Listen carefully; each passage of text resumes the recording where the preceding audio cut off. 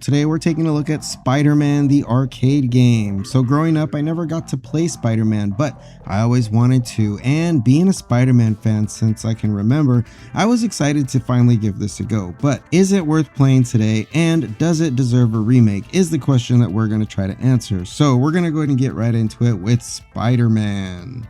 This game was released by Sega in 1991 and is a 4-player co-op arcade beat-em-up in which you play as either Spider-Man, Hawkeye, Black Cat, or the Submariner.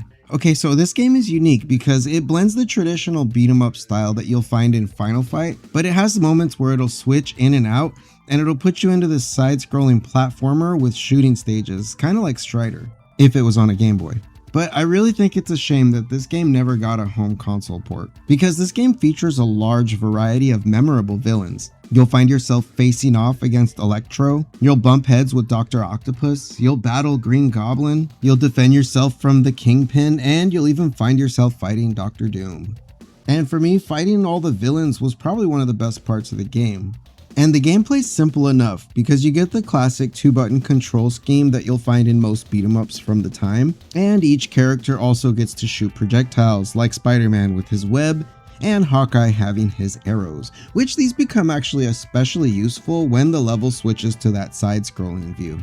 As for the level design, you're going to find yourself in familiar areas such as city streets, rooftops, a casino, and then you'll get into your classic flying ship stage and caves and castles. But because there's so many levels, the story and game can actually get pretty long. It's basically a quarter cruncher. And even though the game's not too hard, there are some cheap bosses, most notably the last one, Dr. Doom. He gives off the similar vibe as when you fight the Shredder from the Teenage Mutant Ninja Turtles arcade game. But since this was played on an emulator, it wasn't that big of a deal for me. Also, another thing I liked is that the more credits you put in, the more health you would get. So if you put a lot of credits at the start of the game, you're going to have a lot of health and you won't even notice it. It actually caught my attention because I was like, how come I'm not dying? So I looked down at my health and I noticed when I added more credits that my health went up. It kind of makes for seamless gameplay, which is pretty cool because you never want to see that continue screen. Overall, Spider-Man isn't a terrible game. It gives off a lot of classic Konami arcade game vibes, kind of like when you play The Simpsons or Turtles in Time. It even has some classic Capcom beat-em-up vibes, like when you play The Punisher. We also have good graphics that give off this comic book feel,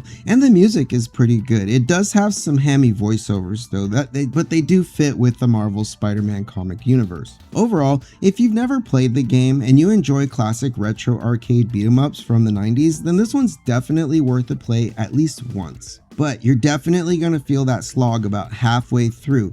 Your saving grace is going to be all the cool fun boss fights that you get to enjoy since the game isn't that difficult. You're going to basically fly through it in about an hour. But now, the big question, does it deserve a remake?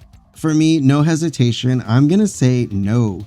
This does not deserve a remake, and the reason why is because Spider-Man's already had so many iterations over the years. I can even see hints of it in the foundations of some of the most current Spider-Man versions out today. For example, even in the game Spider-Man Miles Morales, there's some moments at the beginning of the game that really give me that scene switch vibe, just like in the original arcade game. Overall, if I had to give it a score, I'm going to give it a 7 out of 10. Play it once and you'll see the game's roots echoed in all the other Spider-Man games you play. But again, just be aware of that slog about halfway through because you're going to start feeling that repetitive gameplay, and the best part again is those bosses. But that's all I got today, guys. I just want to say thanks for watching. I appreciate you, and we'll see you in the next one.